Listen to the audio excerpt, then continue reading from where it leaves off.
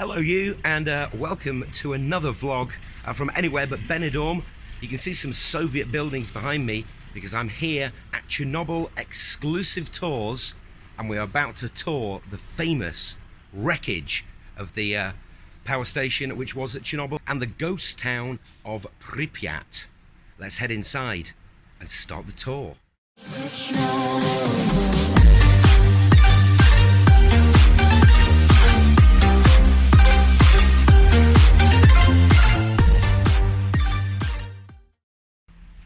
And here's where it all starts, kind of in the middle of nowhere in Kiev. Taxi driver did find it eventually. Chernobyl exclusive tours.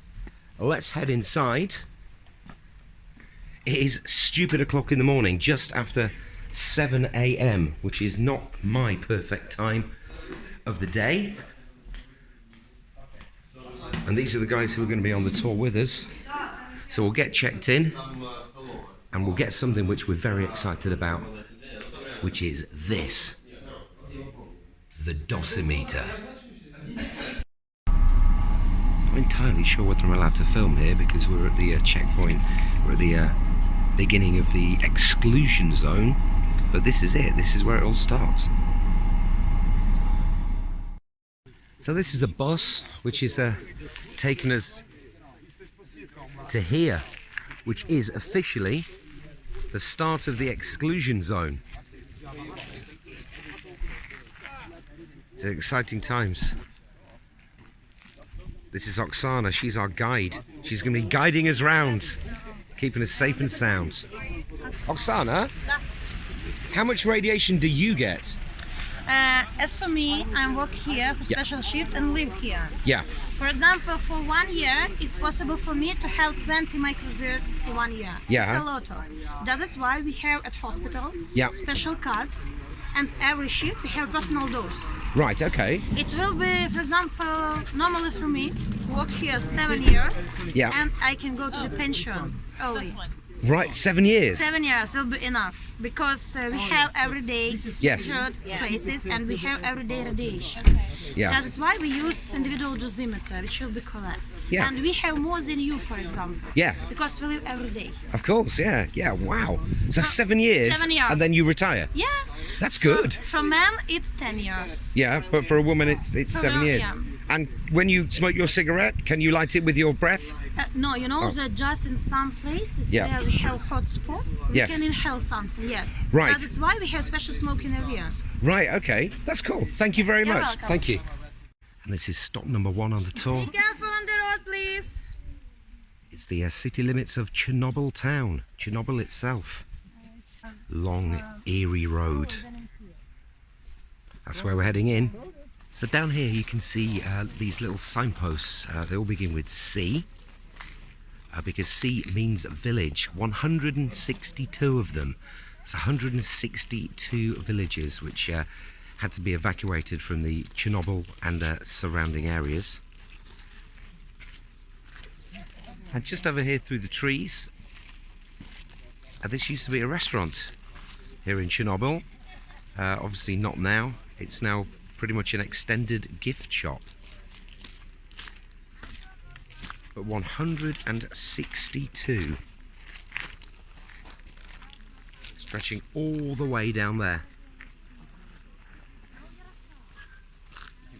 That's a lot of villages. Approximately 2,000 firefighters died trying to contain the fire in reactor number 4 in the first month after the explosion. So then they decided chucking loads of people in there wasn't such a good idea, and they chucked robots in instead. And this is some of the robots, or these are some of the robots that they used in this robot graveyard.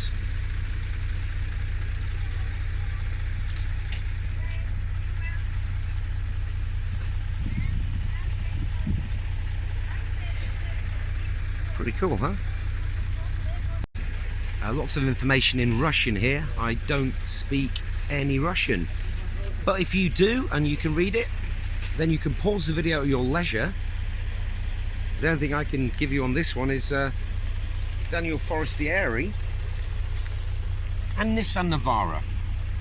We're really getting down to the nitty-gritty now. We're heading into our second checkpoint, and we're heading into the 10 kilometre from the blast site exclusion zone. Got my passport, I've got my ticket, might even be able to film a soldier, we'll see. And in this part of the tour we are very much heading behind the Iron Curtain. Disguised as a children's camp area, this is actually a super secret military base where there's a great big antenna. And the reactor 4 is the one which blew up, but reactor 3 powered this huge great big antenna through underground cables. Now we're not allowed to touch anything here, especially if it's metal, because it could be radioactive. But onwards and upwards as we go behind the Iron Curtain.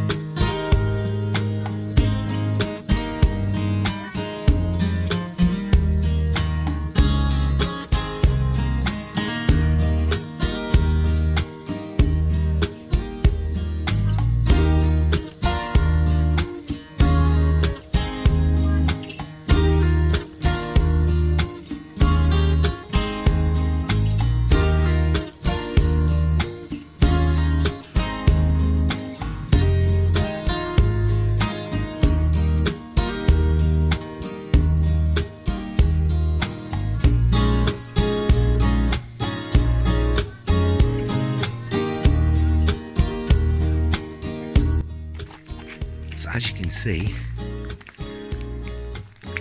lots of 1980s capacitors, computer equipment, a proper junkyard.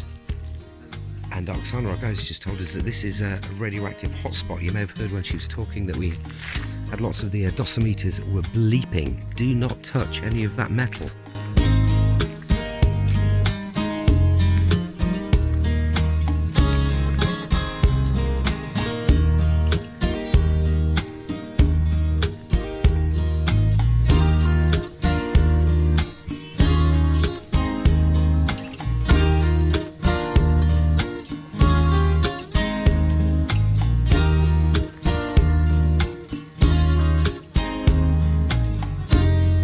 So this part of the tour, as I said, we're behind enemy lines, behind the Iron Curtain. Wow, big hole in the ground. I'm starting to think they might be having a laugh here. I reckon we're absolutely nowhere near the nuclear power station. They've just thought, right, okay, we've got a load of wasteland here, so let's take a load of gullible tourists through it.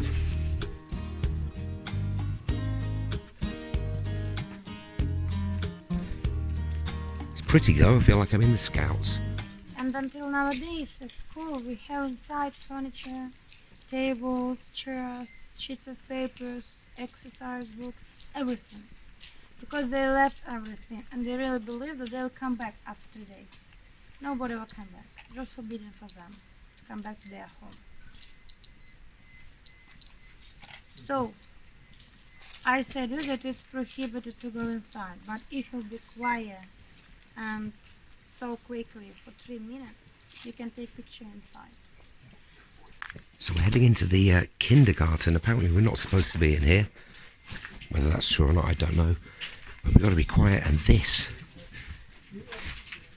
is the disused kindergarten where everybody just literally got out of here and they thought they would return in a couple of days.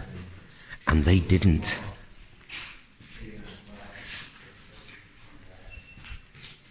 Well, this is quite creepy. I feel like I'm filming an edition of Abandoned.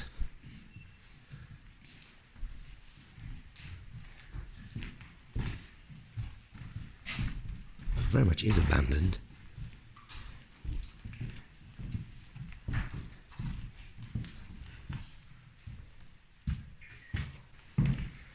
there's actually books here which literally have just been left behind.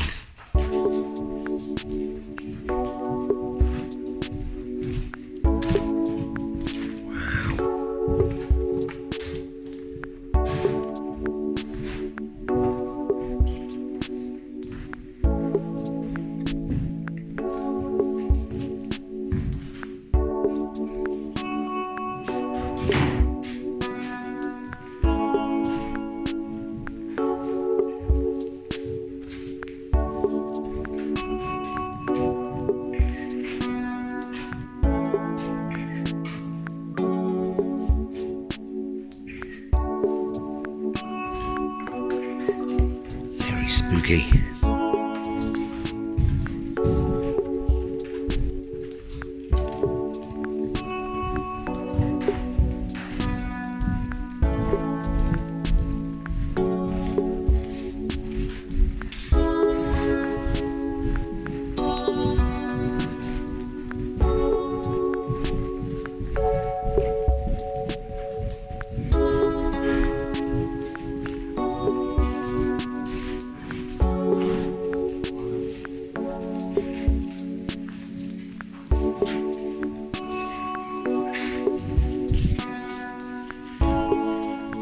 I don't know if I want to go upstairs, but I'm going to go anyway.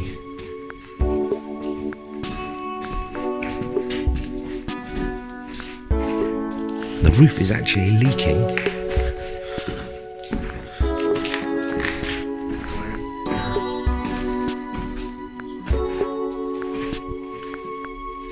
Yeah, I'm not going to go across this. It looks a little bit dangerous, but